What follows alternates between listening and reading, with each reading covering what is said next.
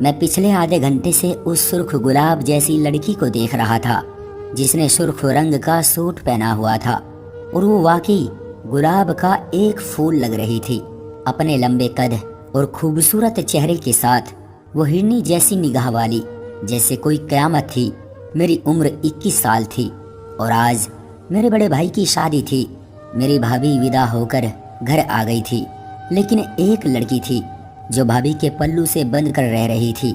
इसको देखकर ऐसा महसूस हो रहा था कि आसमान से कोई परी उतर कर आ गई है। मैं उसके चेहरे से नजरें नहीं हटा पा रहा था। सिर्फ मैं ही नहीं, जो भी उसे देखता तो देखता ही रह जाता। पूछने पर पता चला कि वो मेरी भाभी की छोटी बहन है और उसका नाम सीमा है। ये सुनकर मुझे अजीब तरह की हैरानी हुई थी, यानी इतनी खूबसूरत लड़की से मेरा अब सामना होता रहेगा। लेकिन मुझे नहीं पता था कि ये हसीना तो हमेशा के लिए मेरे घर में रहने के लिए आ गई थी। जब शादी का हंगामा खत्म हुआ और मेहमान अपने अपने घरों को वापस जाने लगे तो मैंने देखा कि वो लड़की घर पर ही मौजूद है, यानी कि मेरे घर में। मैंने अपनी मम्मी से सवाल किया तो मेरी मम्मी ने बताया कि सीमा अब यही रहेगी। ये सुनकर तो मेरा दिल खुशी से उछल पड़ा, यानी कि अब रोजाना मुझे उस खूबसूरत लड़की का दीदार करने को मिलेगा। मेरी उम्र ही ऐसी थी, इस उम्र में ऐसे जज्बात का उभरना लाजमी था। वो जितनी खूबसूरत उतनी ही मासूम भी लग रही थी। मेरी माँ ने बताया कि मेरी भाभी का कोई नहीं है, ये दोनों बहनें अपने मामू के घर रहती थी। लेकिन तुम्हारी भाभी की ख्वाहिश थी कि उसकी छोटी बहन शादी के बाद उसके साथ ही रहेगी। मुझे भी इसमें कोई बुराई नजर न आई। अच्छी बच्चियां हैं दोनों। मैंने हाँ कर दी। अपनी माँ से मुझे इसी तरह के जवाब की उम्मीद थी। वो नरम दिल की औरत थी। माँ को शायद ये बात अजीब नहीं लग रही थी, लेकिन मुझे ये बात बहुत ही ज्यादा अजीब लग रही थी। उसके यहाँ रहने की बात सुनकर मुझे खुशी हुई थी, लेकिन फिर भी मुझे अजीब लग रहा था कि एक जवान लड़की जो कि हमारे लिए बिल्कुल अजनबी थी, हमारे घर में रहने के लिए आ गई थी। हालांकि उसके मामू का घर उसके लिए ज्यादा सेफ होता रहने के लिए। खैर, मैंने सोचा कि उनके आपस का मामला है। इस तरह वो लड़की हमारे घर में रहने लगी और मेरा भाई अनिल बहुत खुश नजर आने लगा था। अजीब बात तो ये थी कि अपनी पत्नी से ज्यादा मेरा भाई अपनी साली के साथ ज्यादा वक्त बिताया करता था। भाई और भाभी अगर कहीं दावत पर जाते तो सीमा एकदम से तैयार होकर उनके साथ चली जाती। न भाई को ऐतराज होता उनके साथ जाने पर, न भाभी को। भाभी को ऐतराज इसलिए नहीं था क्योंकि वो उसकी सगी बहन थी। ये बात तो समझ में आती थी, लेकिन भाई को तो ऐतराज होना चाहिए था ना। भाई की नई नई शादी थी और उसे वक्त चाहिए था अपनी पत्नी के साथ गुजारने के लिए। लेकिन ये लड़की तो दोनों के साथ साई की तरह चिपक कर रह गई थी। भाभी को उस घर में आए हुए 1 हफ्ता हो चुका था। मैं उसे जितना मासूम समझ रहा था वो उतनी मासूम नहीं थी। मुझे आहिस्ता आहिस्ता अंदाजा होता जा रहा था। वो मुझसे कोई बात नहीं करती थी, बस मेरी आंखों में देखती रहती थी, वो भी अजीब अजीब सी नजरों से। और जब मैं उसकी तरफ देखता तो वो नजरें दूसरी तरफ कर लेती थी, एकदम से अजनबी बन जाती थी। मुझे समझ नहीं आ रहा था कि उस लड़की को मुझसे क्या परेशानी थी, लेकिन जरूर कुछ न कुछ परेशानी उसे मुझसे जरूर थी, क्योंकि वो मुझे मोहब्बत की नहीं बल्कि अजीब सी नजर से देखती थी। अगर वो हसीना थी तो मैं भी कुछ कम नहीं था। मुझे भी लड़कियां मुड़ मुड़ कर देखती थी, लेकिन उस लड़की की नजरों में कुछ अजीब सा था जिसे मैं समझ नहीं पा रहा था। बात सिर्फ यहाँ तक ही ना रही। उस लड़की ने कहा कि अकेले सोते हुए उसे डर लगता है, उसे भाभी के साथ सोना है, और भाभी ने भी खुशी खुशी उसे अपने कमरे में सोने के लिए इजाजत दे दी। न सिर्फ भाभी बल्कि भाई ने भी कुछ नहीं कहा। इस बात ने मुझे और भी ज्यादा परेशानी में डाल दिया था। ये सब मेरे घर में क्या हो रहा था? वो सारा दिन साई की तरह उन दोनों के साथ रहती थी, ये बात तो समझ में आती थी। दावतों में उनके साथ जाना, हर वक्त मेरे भाई से हंसी मजाक करना, बिना वजह फरमाइशें करना, ये सब नज़रअंदाज किया जा सकता था। लेकिन आज जो मैडम ने फरमाइश की थी उसे सुनकर तो मेरा सर चकराने लगा था। एक नए शादीशुदा जोड़े के बीच में सोने की भला क्या तुक बनती थी, और उस पर किसी को कोई ऐतराज भी नहीं था। मैं इस बात पर हैरान था। मुझे अब वो लड़की बहुत अजीब लगने लगी थी। शुरू में मैं उसके जहरीले हुस्न में खो गया था, लेकिन अब जैसे जैसे उसकी असलियत खुलती जा रही थी मुझे उससे घिन आ रही थी। इतनी बच्ची नहीं थी वो, जितना बनने की कोशिश कर रही थी। मेरे घर वाले बहुत ही शरीफ इंसान थे, लेकिन मैं ऐसा बिल्कुल भी नहीं था। वो लड़की दूसरों को बेवकूफ़ बना सकती थी, लेकिन मुझे नहीं।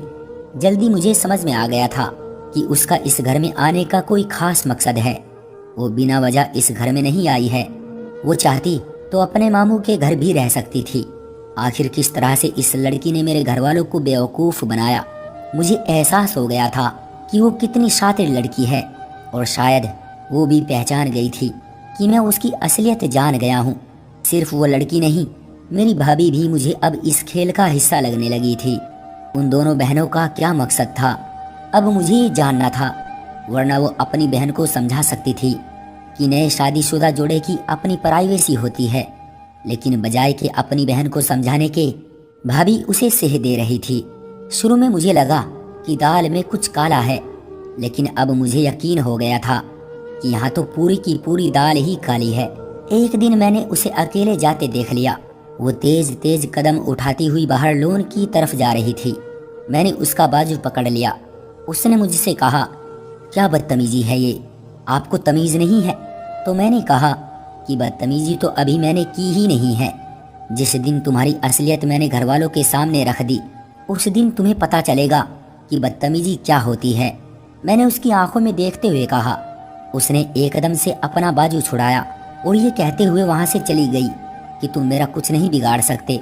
उसकी यह बात सुनकर तो मेरा शक यकीन में बदल गया था। मैंने तो बस हवा में तीर चलाया था कि उससे ऐसा कहकर देखता हूँ आगे से क्या जवाब आता है। मेरा तीर सीधा निशाने पर लगा था, यानी कि मैं उसके बारे में जो भी सोच रहा था वो सब सच था। अब उसकी और उसकी बहन की असलियत मुझे घर वालों के सामने लानी थी। मैं फिर प्लान बनाने लगा। अपने दिमाग में सारी प्लानिंग करने के बाद मैं वैसा ही करने लगा जैसे मैंने सोचा था। वो लोग शाम को बाहर घूमने के लिए गए तो मैं भाई के कमरे में आ गया। मैंने खिड़की को इस तरह से खोल दिया था कि देखने वालों को लगे कि ये बंद है, और पर्दा गिरा दिया। अब मैं बाहर लॉन की तरफ से आसानी से उस खिड़की को खोल सकता था। वो लोग रात देर से वापस आए और आते ही कमरे में चले गए। मैं घर की लाइटें बंद होने का इंतजार करने लगा ताकि सब घर वाले सो जाए। रात 12 बजे तक सब सो चुके थे। मैं आहिस्ता आहिस्ता चलता हुआ लॉन की तरफ आया। लॉन में जलने वाला बल्ब मैंने सवेरे ही बंद कर दिया था। मैं इन दोनों बहनों को रंगे हाथों पकड़ना चाहता था। मैंने देखा कि भाई के कमरे की लाइट जो पहले बुझी हुई थी अचानक से रात 1 बजे फिर से जल उठी। मैं समझ गया कि यही मौका है। मैंने आहिस्ता आहिस्ता से खिड़की खोली और थोड़ा सा पर्दा सरका कर देखा तो सामने का मंजर देखकर तो मेरे जिस्म में से तो जैसे रूह ही निकल गई। ये दोनों बहनें मेरे भाई के साथ क्या कर रही थी, मुझे यकीन नहीं आ रहा था। भाभी तो मेरे भाई की पत्नी थी, लेकिन सीमा तो साली थी। वो दोनों मेरे भाई के साथ कर क्या रही थी, मुझे यकीन नहीं आ रहा था। मैंने अपनी जेब में हाथ डाला ताकि उनकी वीडियो बनाकर उनको रंगे हाथों पकड़कर घर वालों को दिखा सकूं, क्योंकि मैं जानता था कि मेरे माँ बाप, मेरे बहन भाई, कोई भी मेरा यकीन नहीं करेगा। वो सब बहुत ही मासूम थे। वो खुद सबसे अच्छे थे, इसलिए हर किसी को अच्छा समझते थे। मैं थोड़ा अलग माहौल में पला बढ़ा था। बचपन से कॉलेज में रहा था। वहाँ पर मैंने चालाकियाँ सीख ली थी जो मेरे घर वालों को नहीं आती थी। मैंने ना सिर्फ चालाकी सीखी थी, बल्कि चालाक इंसानों को पहचानना भी सीख लिया था। मैंने जैसे ही अपनी जेब में हाथ डाला तो देखा मेरा मोबाइल तो है ही नहीं। मैं अपना मोबाइल अपने कमरे में भूल आया था। एकदम से मैं अपने कमरे की तरफ बढ़ा और मोबाइल उठाया, लेकिन जब मैं वापस आया तो मंजर बदल चुका था। उन दोनों ने कमरे की बत्ती बुझा दी थी। हर तरफ अंधेरा ही अंधेरा था, कुछ भी नजर नहीं आ रहा था। मुझे अपने भाई की चिंता होने लगी थी। मैंने सोचा कि मैं दूसरी बार कोई गलती नहीं करूँगा। कल मैं उनको रंगे हाथों पकड़ कर रहूँगा। लेकिन इससे पहले मैं कुछ करता, सीमा समझ गई थी कि मैं क्या करने वाला हूँ। इसलिए उसने ऐसा हंगामा किया कि मेरे ही घर वालों की नज़रों में मुझे ही गिराना चाहा। इससे पहले कि मैं भाई के कमरे की तरफ जाता, वो मेरे कमरे में आ गई। दरवाज़ा खुला हुआ था, मैं लॉक नहीं करता था। वो अचानक से अंदर आई और दरवाज़ा बंद कर दिया। उसे देखकर ही मैं समझ गया था कि वो गलत इरादे से आई है। मुझे देखकर उसने कहा कि तुम हमारी वीडियो बनाना चाहते थे। खिड़की से तुम्हें क्या लगता है कि मैं तुम्हें नहीं देख रही थी? उसकी ये बातें सुनकर तो मैं हैरान हो गया। यानी कि उसने मुझे देख लिया था। कितनी शातिर लड़की थी वो, मेरी सोच से भी ज्यादा। मैंने उससे कहा कि मेरे कमरे से बाहर निकल जाओ, तो उसने कहा ऐसे तो नहीं जाऊंगी, हम तो डूबेंगे सनम, तुमको भी ले डूबेंगे। ये कहने के बाद उसने अपने दाएं बाजू पर हाथ रखा और अपनी शर्ट की आस्तीन फाड़ दी। इसके बाद अपने बालों का जूड़ा खोलकर उन्हें बिखेरा, फिर दूसरी आस्तीन भी फाड़ दी और जोर जोर से चीखना शुरू कर दिया, बचाओ मुझे बचाओ। उसकी इस हरकत पर मैं हैरान हो गया। मुझे उससे इसी तरह की उम्मीद थी, लेकिन वो मुझे जानती नहीं थी। अगर वो चालाक थी तो मैं उसकी सोच से भी ज्यादा 10 हाथ आगे का था। उसकी चीख सुनकर सब घरवाले आ गए थे। घरवालों के पूछने पर उसने बताया कि मैं उसकी इज्जत पर हाथ डालने की कोशिश कर रहा था और मेरे मासूम घरवालों ने एकदम से उस रोती हुई लड़की का यकीन कर लिया था। मेरे घरवाले मुझ पर गुस्सा करने लगे और मेरे भाई ने तो मुझे मारना शुरू कर दिया, लेकिन फिर मेरे पापा ने रोक लिया। मेरे पापा ने मुझे कहा कि अभी के अभी मेरे घर से निकल जाओ। मुझे तुमसे ये उम्मीद नहीं थी कि तुम एक अनाथ लड़की की इज्जत पर हाथ डालोगे। इस बच्ची को रहने के लिए जगह नहीं थी, इसलिए हमने इसे घर में जगह दी, लेकिन इसका ये मतलब नहीं है कि तुम उसके साथ इस तरह की हरकत करो। मुझे तुमसे ये उम्मीद नहीं थी। मेरे दूसरे बेटे तो इस तरह नहीं है, लेकिन तुमने शायद कॉलेज में रहकर ये सब सीख लिया। पापा की बात सुनकर मुझे दुख हुआ था। अब मुझे ये मामला संभालना था। मैं पूरे तरीके से फंस चुका था, लेकिन मुझे पता था कि मुझे क्या करना है। मैंने कहा कि ठीक है, आप लोगों को अगर मेरा यकीन नहीं है तो ना करें, लेकिन एक बार अनिल भाई के कमरे की तलाशी मुझे लेने दें, बल्कि आप खुद मेरे साथ चलें। मैं आपको कुछ दिखाना चाहता हूँ। इसके बाद मैं खुद ही ये घर छोड़कर चला जाऊंगा। इतना तो मैं समझ गया था कि वो सारे सबूत मिटा चुकी होगी, लेकिन चोर चाहे कितना ही शातिर क्यों ना हो, कोई ना कोई गलती जरूर करता है। मैं भी उनकी एक गलती को पकड़ने के लिए घर वालों को भाई के कमरे में ले आया। सीमा और भाभी दोनों को यकीन था कि उन्होंने सब कुछ पहले से ठीक कर दिया था, लेकिन एक गलती जो उनसे हुई थी जिसका उन्हें भी अंदाजा नहीं था, लेकिन मैंने वो गलती पकड़ ली थी।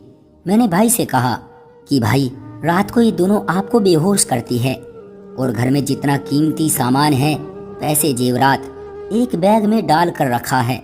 मैंने अपनी आंखों से देखा है कि आपको बेहोश करने के बाद ये सारा सामान बैग में डाल रही थी, लेकिन मैं इन्हें देख चुका था, इसलिए उन्होंने सबूत मिटा दिया। भाई ने कहा कि तुम्हारी बात पर मुझे यकीन नहीं, ऐसा कुछ नहीं है।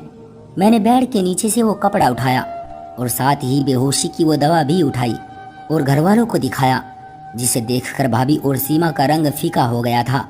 यही वो गलती थी जो उन दोनों ने की थी। भाई को बेहोश करने के बाद उन्होंने ये सब बेड के नीचे फेंक दिया था और मुझे पूरा यकीन था कि उन्हें ये सबूत मिटाना याद नहीं आया होगा।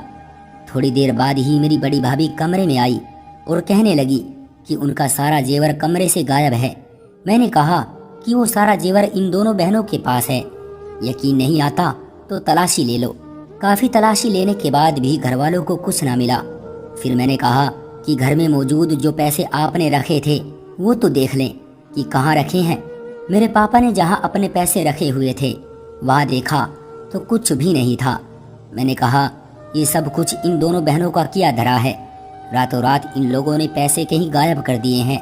जब जेवर और पैसे घर वालों को नहीं मिले तो उन लोगों को भी शक हो गया। मैंने घर वालों से कहा कि कल रात मैंने इन दोनों को ये कार्रवाई करते हुए देख लिया था, जिसके बदले में सीमा मुझ पर इल्जाम लगाकर मुझे घर से निकलवाना चाहती है। रिश्ता करते वक्त आप लोगों को सोचना चाहिए था कि आप किन लोगों से रिश्ता कर रहे हैं। न जान न पहचान आप लोगों ने लड़की का हुस्न देखकर शादी कर ली। मेरी माँ ने भी तलाशी ली। घर में ना कोई जीवन था न कोई पैसा था, तो उन्हें सारी बात समझ में आ गई।